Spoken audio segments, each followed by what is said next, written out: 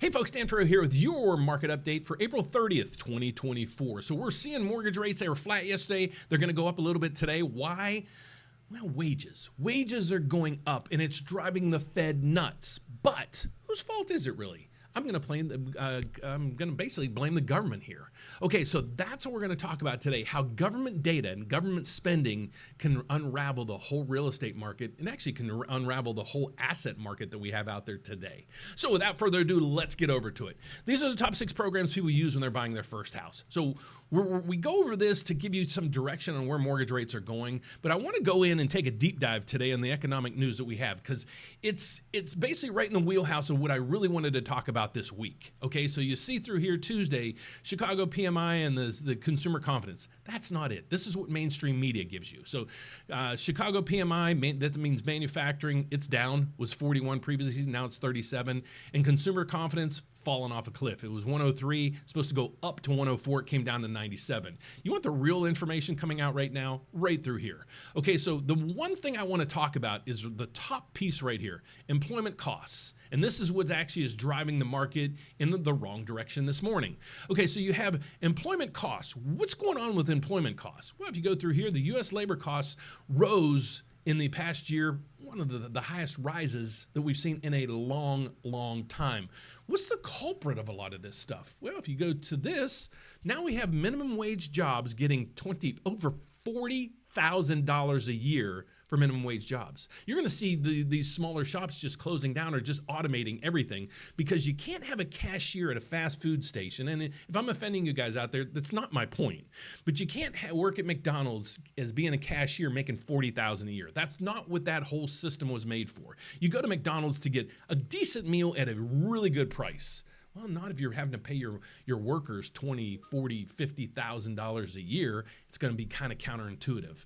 The next thing is we want to look at is how is this really affecting our markets? Okay, so we know the Federal Reserve, they keep putting that carrot out in front of us like student loan forgiveness and all this other stuff that they do. Here's the problem that we have with it though.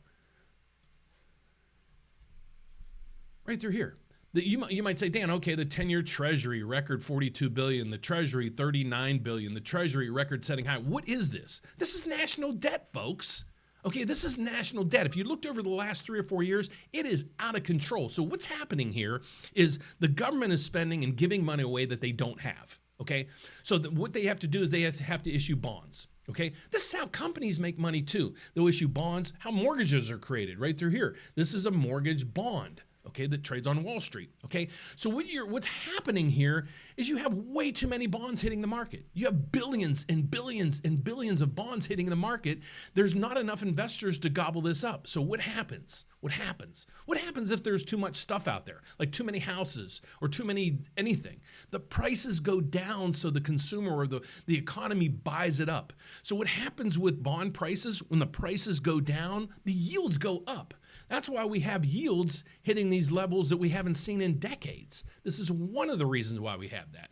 So it's reckless government spending money they don't have. Okay, and then it's also when we go out there, and I know you guys want a good wage, but you know, you can't work at a fast food shop and be a cashier and look to really feed a family of 4 and buy a house and, you know, all these other things. It's a starter job, okay, that's there. So I'm going to tread lightly on that piece of the puzzle. So we have way too much debt hitting the markets and so forth. So that's what we're looking at right now.